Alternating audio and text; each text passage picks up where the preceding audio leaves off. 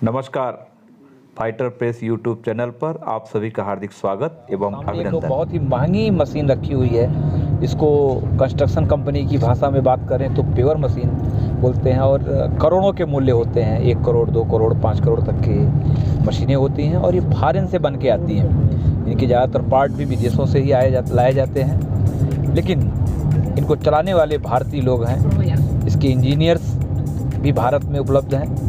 बहुत सारा इसका मैकेनिकल पार्ट अभी भारत में भी तैयार कर लिया जा रहा है और इसको पेवर मशीन बोलते हैं। कंक्रीट पेवर मशीन होते हैं। इसके ऊपर हम कंक्रीट नीचे फैला देते हैं और ये उसको फिर दबाते हुए बहुत ही सावधानी के साथ एक लेवल में जगह जगह जो आवश्यक सरिया होती है वो डाल के आगे बढ़ता है। ये पीछे वाला भाग भी पेवर का ही भाग है, लेकिन ये उसका सपोर्टिंग भाग होता है और स्प्रे करने के लिए या जो पहले से फैला हुआ रहता है पेव किया गया भाग होता है, उस भाग को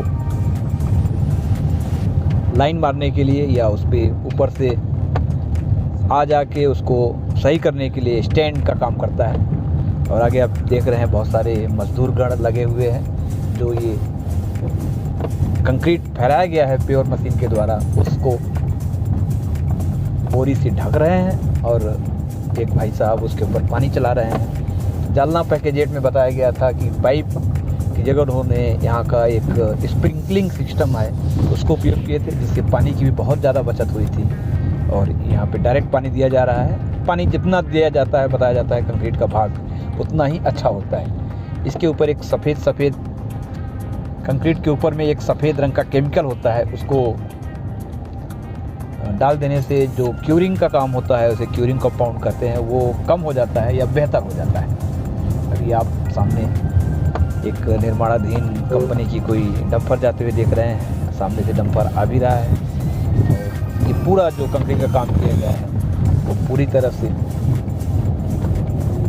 बोरियों से गीली बोरियों से ढका गया है और बाद में भी इसके ऊपर पानी डालते रहते हैं। सामने पूरी धूल जो थोड़ा बड़ा दिख रहे हैं उड़ रहा है, तो काम चालू है इसलिए यहाँ पे धूल उड़ रहा है। सड़क पे भी पानी फैले हुए हैं और लोग बहुत जल्दी समृद्धि महामार्ग को पूरा करके आप सभी के लिए ओपन करने में लगे हुए हैं और हमें उम्मीद है कि जनवरी महीने तक संभवतः ये महामार्ग चालू कर दिया जाना चाहिए।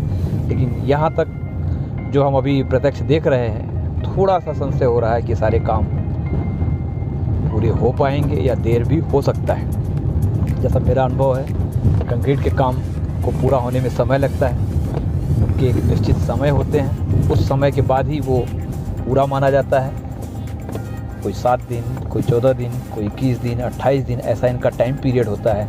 इतने दिनों तक कंक्रीट का जो क्यूरिंग होना होता है वो ज़रूरी होता है, लेकिन सरकार ने मन बनाया है तो बहुत जल्दी इसको पूरा किया जाएगा और निर्माणाधीन कंपनी भी पूरी ताकत के साथ काम कर रही हैं, तो अवश्य ही इसको पूरा कर लेंगी ऐसा हम उम्मीद कर रहे हैं। और आगे भी आप देख रहे हैं एक लेन के सामने में टावर लाइन लगा हुआ है, हाई टेंशन की लाइट है और वहीं पे लेन ख़त्म हो रहा है। जब तक ये टावर लाइन या हाई टेंशन की लाइन हटाई नहीं जा सकेगी तो ये भाग पे सड़क का निर्माण हो पाना संभव नहीं है। तो ये भाग में अगर रोड चालू भी कर दिया जाएगा तो हमें लगता है कि यहाँ पे तो ट्रैफिक को बदल के ही जाना पड़ेगा, क्योंकि अभी टावर लाइन ही नहीं हटा यहाँ पे। तो टावर लाइन हटने के बाद फिर ये भाग पूरा किया जाएगा और आगे भी ऐसा लग रहा है मेरे को बहुत सारा काम बाकी दिख रहा है। पैकेज 6 की हमने यात्रा की तो पूरे काम दिखाई दिए कि पूरे हो गए हैं, लेकिन यहाँ अभी ग्राउंड भी तैयार किया जा रहा है। पहाड़ को काटना है, टावर लाइन को हटाना है और हाई टेंशन की लाइन को हटाने में भी समय लगता है, क्योंकि इसको शट डाउन लेना भी कठिन होता है, बहुत आसानी से शट डाउन नहीं मिलता। ये एक माइनिंग का डंपर है, एक बड़ा डंपर है, इसको माइनिंग डंपर बोलते हैं।